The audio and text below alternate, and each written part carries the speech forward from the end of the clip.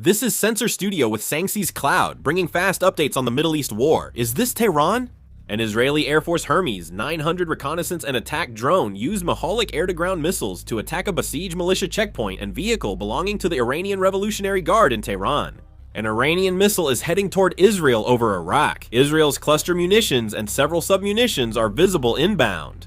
The Israeli military is carrying out heavy airstrikes in Beirut and has attacked a Hezbollah building in southern Lebanon. The Victoria U.S. military base in Iraq was damaged by a drone sent by pro-Iranian militias. There was a large explosion. The U.S. embassy in Baghdad, Iraq was attacked, and a large explosion occurred due to a drone.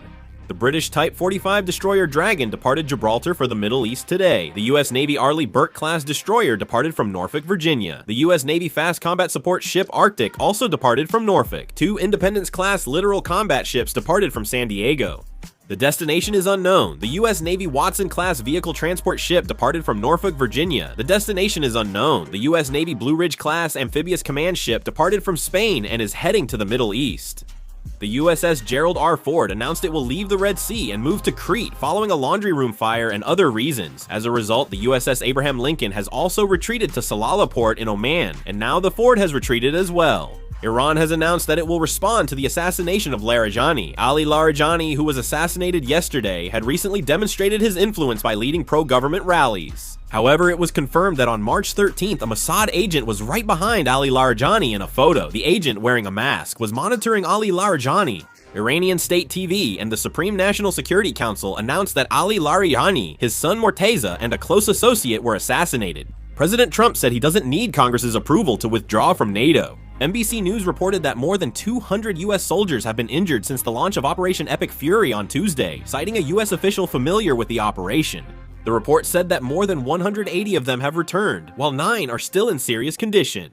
Kang Hoon-sik, the presidential chief of staff, announced that they have secured a promise from the UAE to import a total of 18 million barrels of crude oil. Kang Hoon-sik also stated that a ship loaded with naphtha is currently heading to Korea. Anthony Albanese, Prime Minister of Australia, said an Iranian projectile landed near Australia's Middle East Military Command in the Arab region, with no casualties. The Ukrainian president said Tuesday that over 200 Ukrainian air defense experts were sent to the Middle East after Iran's drone attacks on neighboring Arab countries. President Zelensky told the British Parliament that Kyiv can make about 2,000 guerrilla drones daily, with half available to support allied defense systems. Airmilt Central Bank announced approval of measures to strengthen its domestic banking sector's stability. The UAE Central Bank announced that UAE banks hold about $250 billion in liquidity, with supervisory authorities and net assets for central bank operations. Russia criticized the US for attacking near Iran's Bushehr nuclear plant. The Danish foreign minister said Europe should remain open-minded and work to ensure freedom of navigation in the Strait of Hormuz, even if it doesn't support the US and Israel's decision to start a war with Iran. Poland refused to send troops to the Strait of Hormuz, while France stated that it could help with security in Hormuz after the war ends. Germany said instability in Iran is bad for them and can't be solved by military means alone. Qatar's Minister of International Cooperation, Maria Mal-Misned, spoke with Lebanon's Minister of Social Affairs, Hanan Saideh, about Lebanon's humanitarian crisis caused by Israel's attacks.